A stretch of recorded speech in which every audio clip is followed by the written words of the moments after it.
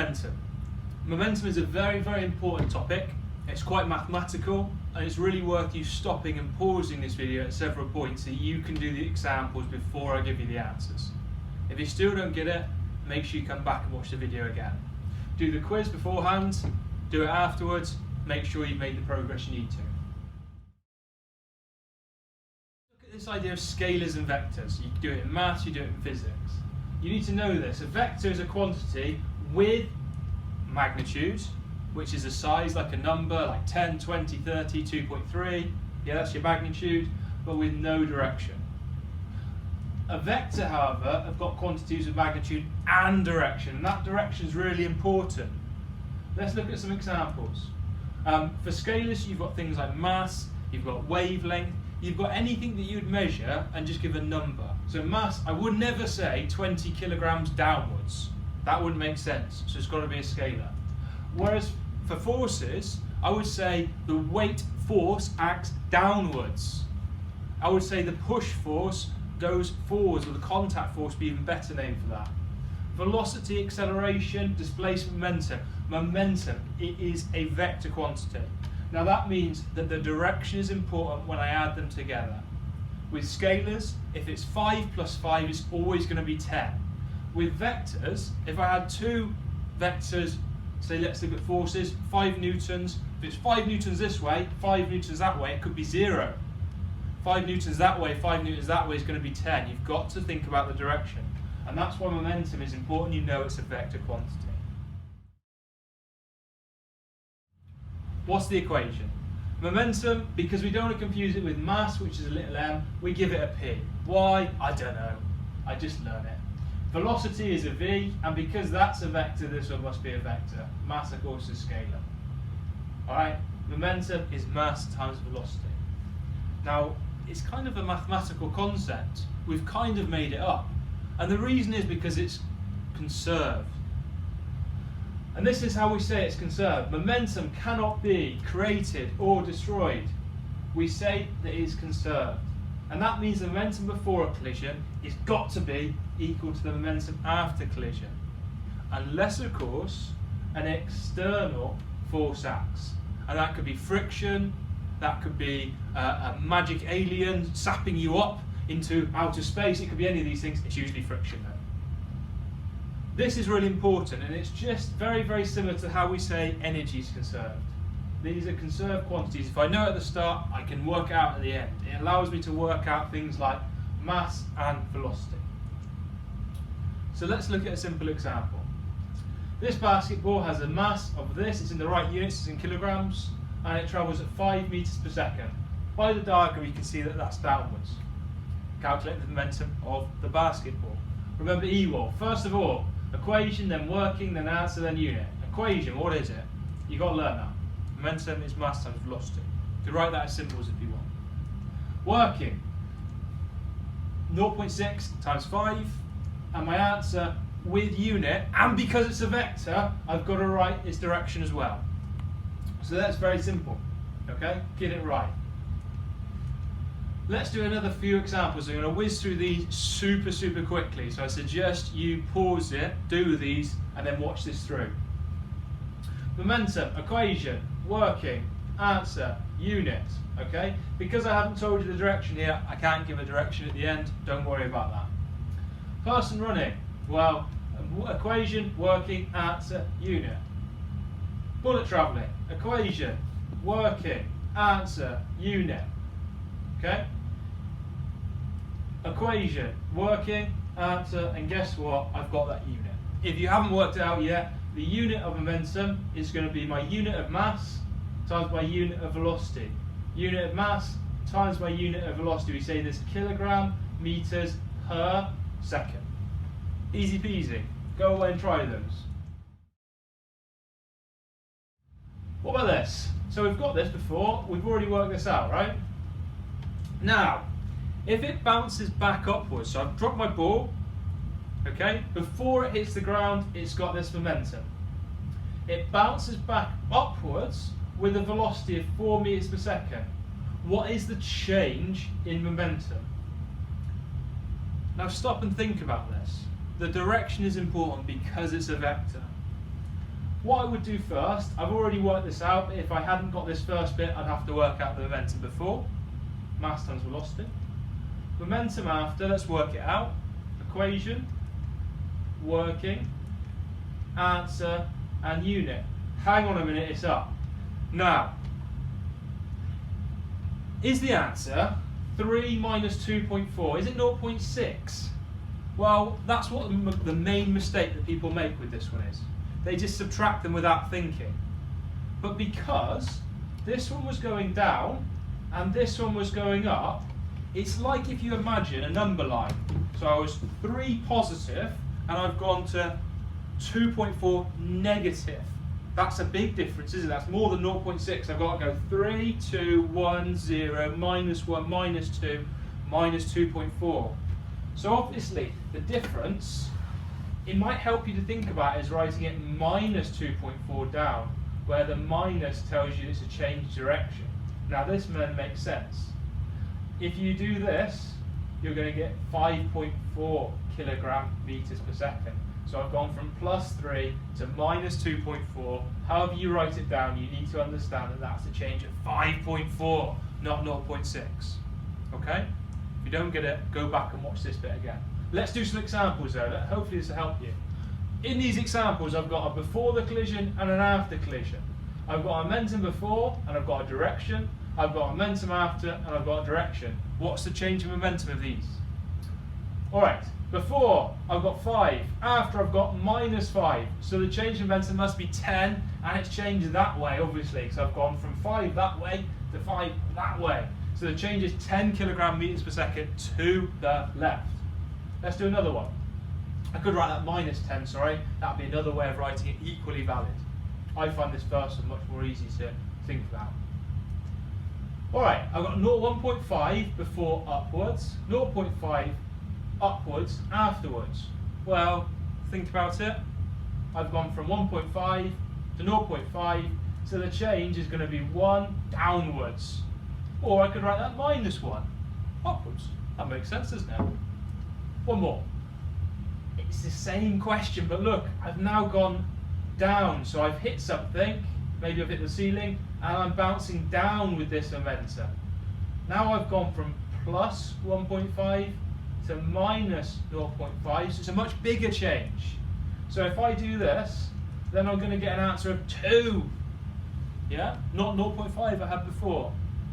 Or I could say that's minus 2 kilogram meters per second. Both of those are right. Don't forget that direction is important. Last one, 5 to 10. Of course the answer, you've got this now, is 5 kilogram meters per second, or plus 5, because I'm normally defined to the right as positive. Alright, this is the kind of question you can be given. I've got a car, I've got a mass and a velocity. Notice the direction is important, they've told me that. I've got a van, mass, velocity, and afterwards, a bit of a pile up. Yeah, we'll talk about this crumple zone later, but you can see that crumple zone there. Anyway, we've got 2 meters per second. This is the same mass, obviously, as before, you'd hope. And this is, we want to find out what's this velocity. Now, the number of students that do this and get it wrong because they make silly mistakes is outrageous. The easy way to do this is just write one more line. Just write this line. I do it every time, you do it. Here we go. Momentum before is momentum after. State the conservation of momentum. I'll give you a mark. What's the momentum before? This doesn't have any. So you've just got 10 times 1,200. What's the momentum afterwards? Well, 2. Again, the mass is this, hasn't changed mass. So it's 2 times that. And this one has still got 3,200, so its mass is that. Its velocity, I don't know what it is. So I'm going to call it V. You could call it X, you could call it question mark, you can do whatever you like. Now I've just got a sum. And all I need to do now is maths. So this is where the physics ends and the maths starts. Times it all out. That looks a little bit nicer. Take that from both sides, and you get this. And now you can see I can divide both sides by 3,200 and I get the answer B. If I put that in my calculator, you can see it's a very nice easy division because of the numbers I chose. It's 3 meters per second. I don't need to give a direction because it tells me the direction up there. If you like, you could say to the right. Alright? Start with conservation momentum. Look at your picture. write it in, and then the rest is maths. If you make a mistake here, you need to slow down. Yeah, you need to look at your algebra. This is the key bit of understanding the physics. All right, let's do one more. This is the type of question, maybe if you didn't get a picture for this one. If you don't get a picture, draw a picture. Doesn't have to look that good. Let's have a go. Do boxes because I can't draw cars. Here we go. I've got a mass, a velocity. This one's stationary because it says at rest. And they stick together. If they stick together, posh name for that is coalesce. I'm going to get 500 kilograms. Write down momentum before is momentum after. Always, always, always. Well, before I've got 4 times 250, and afterwards I've got 500 times v. Again, you can call this anything you like. You can call it x, you can call it question mark, you can do whatever you like. 10 times it out, get your answer, 2 meters per second. I've already said it's going to the right, you could do that again. Alright, last one. Here's my question. Here's my conservation momentum. Again, pause it at this point if you're stuck. I've got a difference in direction, so what do I do here? Well, this one's 10 times 50, that's easy. This one though, I've got to say minus because it's going in a different direction. So it's now minus 50 times 2. And this will give me 100 times v. The only hard bit there is the minus, and that gives you your nice easy answer to the right. When I upload the PowerPoints for this, there's a couple more examples and you can look at them if you're stuck. Alright, these guys. Chabal, he's a bit old for some people, he's a classic rugby player. Think of any big guy, he's got to have a beard. And Usain Bolt. Who would be the hardest person to rugby tackle? Don't know why you do this, don't do it, you will get arrested. But if you want to, let's just think about it as a thought experiment. So we've got Usain Bolt, Chabal. Who's hardest to tackle? Well, what we mean by this is which one of those do I have to provide a bigger force in order to stop? This is my equation. Now, this equation looks a bit difficult, but it's very, very important. It says the force I need to apply, F, technically it's a resultant force, is going to be the change in the momentum divided by the change in time. What does that mean? Well, it means that this is the time it takes me to change the momentum. So imagine it's the force I apply to Usain Bolt is the change in Usain Bolt's momentum divided by the time it takes me to change his momentum. Let's do an example and hopefully be much clearer. If I have a high momentum, both of these guys are going to have a high momentum. So both of them are going to have a big force. Usain Bolt, well actually he's got quite a big mass, he's quite a big guy. And he's also got a high velocity, so he's going to have a really high momentum. He's going to need a big force. Chabal over here, he's just got a big mass. He's quite quick, but he's still going to have a big momentum. So a big change in momentum means a big force. Okay? Let's look at this. This guy is going to catch the ball, catch the baseball. It initially is flying through the air at a velocity of 3 meters per second. And it's got a mass of 500 grams. As soon as you see grams, you go, neo, neo, warning lights are going to go on your head and you're going to go, this is something wrong. I don't like these units. I want it in kilograms, remember. Okay? So, I write my equation. I want to find the momentum of this guy to start with. I want to find the change of momentum, so I need to know its momentum to start with. Mass is 0.5 kilograms. I've divided this by 1,000 grams in a kilogram. Kilo meaning 1,000. So I'm going to get 1.5 kilogram meters per second, or I could say that it's a horrible unit, horrible, horrible, horrible. I don't like it. So I'm going to like this one much better. Now, what's its momentum afterwards? Well, it's stopped, hasn't it? He's caught it in his glove, it's stopped. So it doesn't have any momentum afterwards. So it's like taking away 0. That's my same as my change of momentum. Okay? So I've got his change of momentum, but I want to know the force it exerts. So I need a bit more information. It takes him 0.5 seconds, so that's from when the ball hits his glove to when it stops, that's 0.5 seconds. That's the time it takes to change its momentum. if I was doing jump and I was jumping, well, it's the time between my feet hitting the ground and me coming to rest. Okay? So we've got my equation. I've got a force, F is question mark. I've got a change in time, and I've just worked out a change in momentum. So I write my equation, I write my working, and I write my answer. And if you work it out as 3 newtons, that probably means my numbers are a bit wrong, because it's probably going to take a bit more than 3 newtons to stop a very quick baseball. But it's not too hard, is it? We've got my equation written down nice and clearly. I've worked out my change in momentum and my change in time. Last bit. Why do cars have crumple zones? Well, the crumple zone, you guessed it, is the bit that crumples. It's at the front of the car. They also have side crumple zones, which means the panels stick out a little bit. And this is the same question as why do cars have seat belts and why do they have airbags? Well, this is a safety one.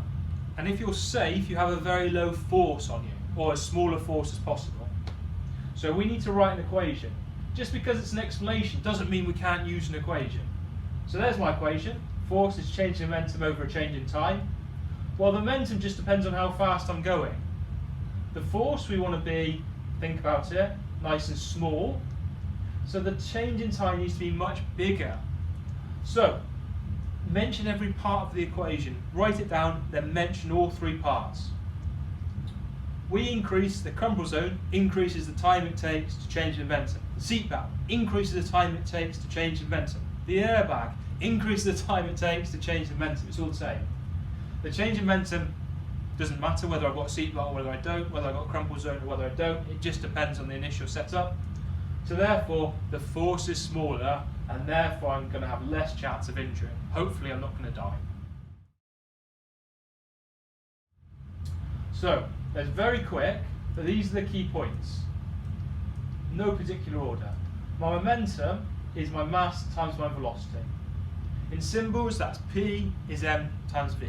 Remember, momentum is a P. It's units, because it's mass times velocity is kilograms times my velocity unit. If I'm stating the conservation of momentum, I'm going to do it in 2 points. I mentioned this external force. I've got F is dP by dt. And crumple zones, airbags, seat belts all increase the time to change the momentum, to decrease the force, and hopefully have a less chance of injury. Okay, go and do the quiz. Make sure you've done it. If you're stuck, go back and look at this video, do the examples in it. Good luck.